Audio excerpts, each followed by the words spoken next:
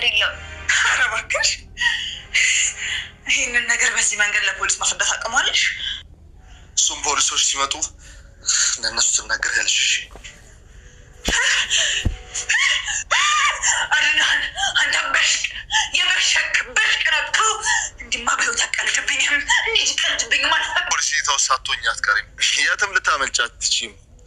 ምናልባት ወንጀልሽን ከማክበር ዘለለ። የት ነህ? እኔን አታይኝም። እኔ ነኝ የማይሽ። ትሰሚኛለሽ? ሻንጣውን አሁኑኑ መልሺ። ምናልባት ከምትታሰሪበት 6 ወር ቀንሽ ይሆናል። እባክህን አድናን ለምን ባሳለፍናቸው የፍቅር ጊዜያቶች ይዣለሁኝ። በእነዛ ጥሩ ቀናቶች ይዣለሁኝ። እባክህን ላምልጥበት ተወኝ። እኔን የፍቅር ጊዜ አልሽ? እኔና አንቺ መካከል ምንም አይነት የፍቅር ግንኙነት የለም። እኔ ለአንቺ ሲጀምር አሻንጉሊትሽ ነበርኩ አይደል? እባክህን አድናን እባክህን፣ በፈጠረ እየለመንኩ እኮ ነው። ሴት እኮ ነኝ። አላሳዝንም እንዴ? ኧረ ተው በእናትህ አድናን ተው።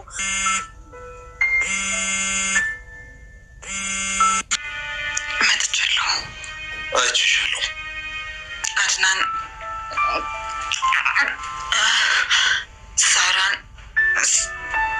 ሳራን የገደላት ሮቤል ነው። ከዛን ወስዶ የእህታችሁ መሬት ውስጥ ቀበራት። ግን እውነት እልሃለሁ እኔ እዚህ ነገር ውስጥ ምንም እጅ የለበትም። እኔ ሌላ ምንም አውቀው ነገር የለም። ሮቤል ሳራን ገድሎ እንደቀበራት ሚራ ተናዘዘች። መጀመሪያ አድናን ራስሽ በፖሊስ ተጠያቂ ትሆኛለሽ። ሮቤልን የገደልሽው አንቺ ነሽ። ሬሳ ታቅፈሽ መዋል ማድረግ ከጀመርሽ ሰንበትበት ብለሻል። ስለዚህ ሮቤል ከአንቺ ጋር ምን ይሰራል ሲል ማጠመዳት። የምትናገረውን ነገር በስልኩ ኮፒ እያደረገም ያዳምጣት ነበረ። እንዲህ ሪከርድ እየተደረገች ያለችው ሚራ እውነትም ከፖሊስ ተጠያቂነት እንደሚመጣም አሰበች። ታዲያ አሁን ላይ አድናን ባካይን ሚስጥሬን ጠብቅልኝ፣ እኔም ያንተ ሚስጥር እጠብቃለሁኝ። ፖሊስ መጥቶ ቢጠይቅ ሮቤልን እንዳልገደልኩ አረጋግጠልኝ፣ ሮቤል የሰራውንም እናዘዛለሁ በማለት ወደ ቤት በመምጣትም ሳራን ገድሎ የቤተሰቦቻቸው ማሳ ውስጥ እንደቀበራትም ተናገረች።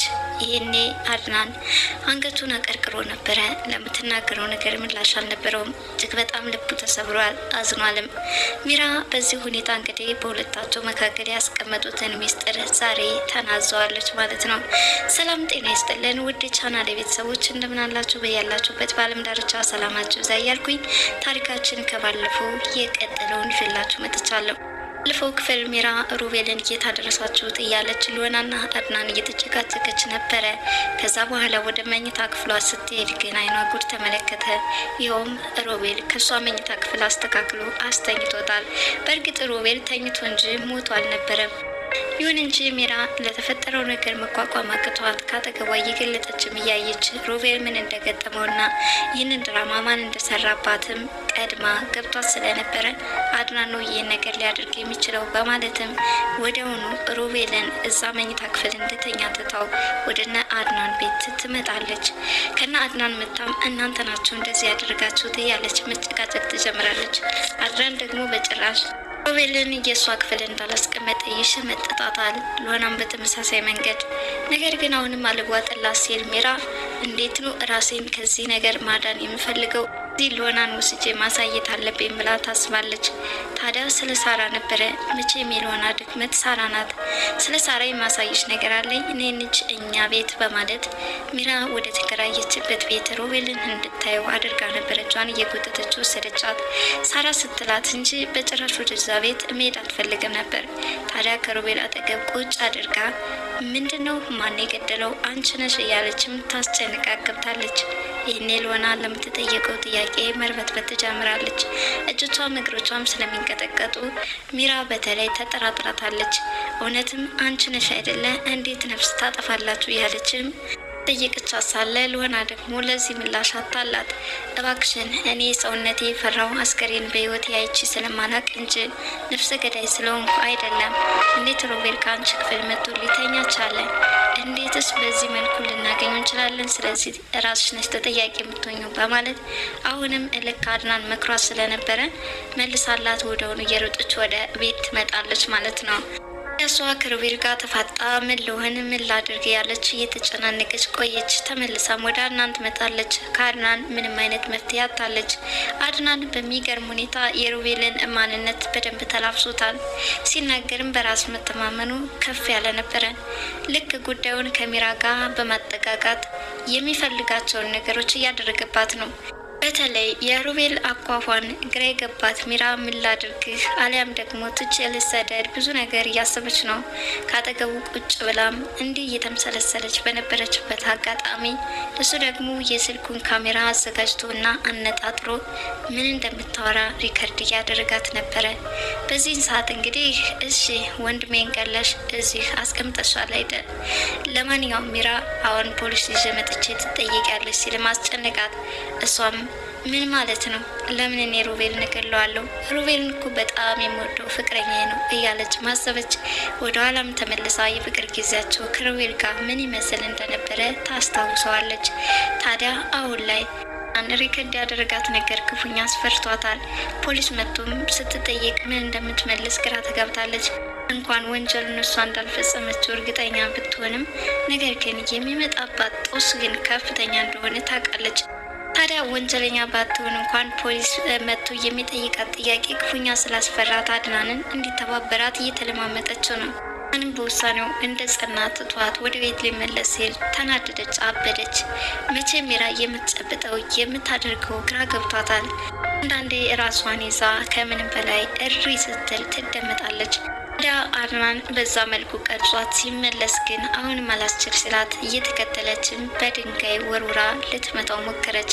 በዚህን ሰዓት አድናን ዘወር ብሎ ያኛውን ወንድሜን ገደልሽ፣ ደግሞ እኔ ልገለኝ ነው?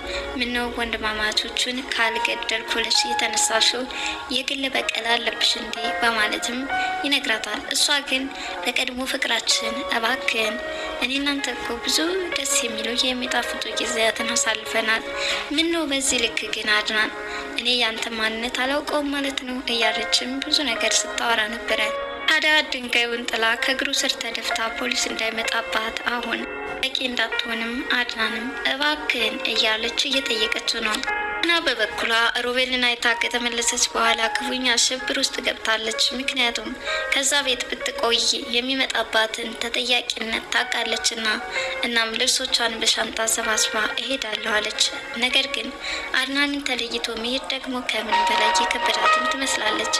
እንግዲህ አድናን ይቅርታ ምንም ማድረግ አልችልም፣ እንዲህ አእምሮዬ በህሊኔ ወንጀለኛ እያለ የጮኸ ሊያስቀምጠኝ አልቻለም በማለት አንታ ተሸክማ ልትሄድ ስትል አድናን ያያታል። አድናን የኔ ፍቅር የት ነው የምትሄጂው? በማለት እንቅ ያደርጋታል።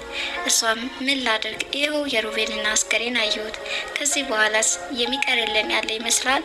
ስለዚህ ቢያንስ እንኳን እዚህ ቤት መውጣት አለብኝ በማለት ልትሄድ እንደሆነ ነገረችው። እሱም አይሆንም በማለት ያስቀራታል። በበኩሏ ሮቤል ትቼ ልሄድ ነው፣ ምንም ማድረግ አልችልም፣ ምክንያቱም ፖሊስ ይመጣብኛል። ከዛም እስር ቤት ገብቼ ከመማቀቅ ካሁኑኑ ማምለጫ ልፈልግ በማለት ልብሶቿን ጠቅላ መንገድ ትጀምራለች። አድናን ግን ይከታተላት ነበረ። እሱም በቅርብ ርቀት ሆኖ ደወለላት። ሚራ ተመለሽ፣ የትም ብትገቢ የትም እንደማታመልጭ እርግጠኛ ነኝ፣ ታውቂያለሽ ደግሞ እያየሁሽ ነው በማለት ይነግራታል። እሷም የቱን ነው አድናን፣ እባክህን ተወኝ፣ እባክህን ተፋታኝ አለችው። ጭራሽ አልፋታሽም፣ ምክንያቱም የሰራሽውን ታውቂያለሽና፣ እናም አሁን ወደ መጣሽበት ተመለሽ ሲላት እሷም ፈርታ ወደውን እየተንቦጃቦች ወደ ሮቤል ተመልሳለች። ሚራም ሮቤል በዚህ መልኩ ህይወቱ ማለፉ በጣም አዝናለሁኝ፣ ሮቤል እኔ አንተን ማጣት የማይገባኝ ሰው ነኝ እያለች ስታለቅስ ስታነባ ቆየች። በኋላ ግን ለአድናን ደውላ እባክህን ጠብቀኝ፣ አንድ ነገር የምነግርህ አለኝ በማለት ነግረውን ነገር ቃል እንዲገባላት ማደረገችው። ማለትም ሚስጥር አድርጎ እንዲይዝ ለማንም እንዳይናገር። በዚህን ሰዓት እየሮጠች መቤት ደረሰች። አድናን እየጠበቃት ነበረ። በመጀመሪያ ሮቤል ወዳለበት እንዲመጣ ነበር የጠየቀችው። አድናን ግን እዚሁ ቤት እጠብቅሻለሁ፣ የምትናገረውን ላዳምጥሽ ዝግጁ ነኝ በማለት እሷ እንድትመጣ ካደረጋት በኋላ ወዲያውኑም እየበረረች ደረሰች። ሆና እንዳትሰማ ከአንድ ክፍል ዘግቶ ነበረ ስታወራው የነበረው። እሱም እንግዲህ ሮቤል ሳራን እንደገደላትና የቀድሞ ማለትም የቤተሰቦቻቸው ማሳ ውስጥ ወስዶ እንደቀበራትም ትናዘዛለች። በዚህን ሰዓት አድናን እሺ ቀጥ እያለ ከመስማት ውጭ ምንም ምርጫ አልነበረውም።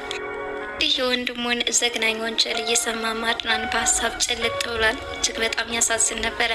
በጭራሽ የማይታሰብና ሮቤል ሳራን ገሎ እንዴት ማሳ ውስጥ ይቀብራታል የሚለው ብዙዎች ሕሊና ራሱ ሊፈጠር የማይችል ነው። ይህ ጥርጣሬ የበለጠ እንዲጎላ ያደረገው ያ በቅርቡ ቀን ከሚራጅ የተያዘ ቪዲዮ ነበረ። ለማንኛውም አሁን በወንጀል ላይ ወንጀል ተደራርቧል። በልወና ድራማ ላይ የሳራ እውነት ሳይወጣ በልወና በኩል ወንጀል እንዲሰራና እሷን በሰቀቀን እንድትገፋ ተደርጓል። ለምን ይህ ሆነ? ይህ የሁላችንም ጥያቄ ነው። ምክንያቱም በመጀመሪያ የተያዘው የሳራ እውነት መውጣት ነበረበት። ድራማው ወዴት እየሄደ ነው? በሌላ በኩል ሮቤል ሲሆን ከተጠያቂነት ነፃ ለማውጣት ነው። ይህን ያህል ለረጅም ጊዜ መተኛቱስ ምን ይሉታል? አይደለም የቪዲዮ ማስረጃ ሲኖር ይቅርና እንዲሁ አይን ታይቶ እንኳን በጥርጣሬ አንድ ሰው የሰራውን በደልና ወንጀል ተጠያቂነት ሊኖረው ይገባል ብዬም አምናለሁኝ። ሮቤልም እንቅልፋም ሆኖ ቀጥሏል ማለት ነው። ይኸው ቀናቶች እየተቆጠሩ ነው። ይህ ተመሳሳይ ነገር በአዲስ ነገር እንጠብቃለን። ዞሮ ዞሮ ሮቤል መሞት የለበትም። ሮቤል ሞተ ማለት እውነታው ተዳፈነ ነው። ወንጀል በወንጀል ላይ ተደራርቦ ውስብስብ ከመሆኑ በፊት እውነታው መውጣት አለበት ብዬም አምናለሁኝ። ለማንኛውም ሚራም ይህንን ያደረገችው ለራሷ ማምለጫ ይሆናል ዘንድ ነው። ያው የሮቤል አስከሬን ቤቴ ነው ያለው። ስለዚህ ፖሊስ መጥቶ ምርመራ ቢያደርግብኝ አንቺ ነሽ ነፍሰ ገዳይ ይባላለሁኝ። ይህ ከመሆኑ በፊት ግን እኔ ነፍሰ ገዳይ እንዳልሆንኩኝ ራሴን ነጻ ማውጣት አለብኝ በማለት ነው በመካከላቸው የተቀመጠውን ሚስጥር ልትናገር እየቻለችው ማለት ነው። እንግዲህ ዛሬ ላይ ሮቤል ምናልባትም እንደማያስታውስ ሊያስመስል ይችላል። ያው በደረሰበት ድብደባ እንዲሁም ደም ፈሶት ስለነበረ አውቆ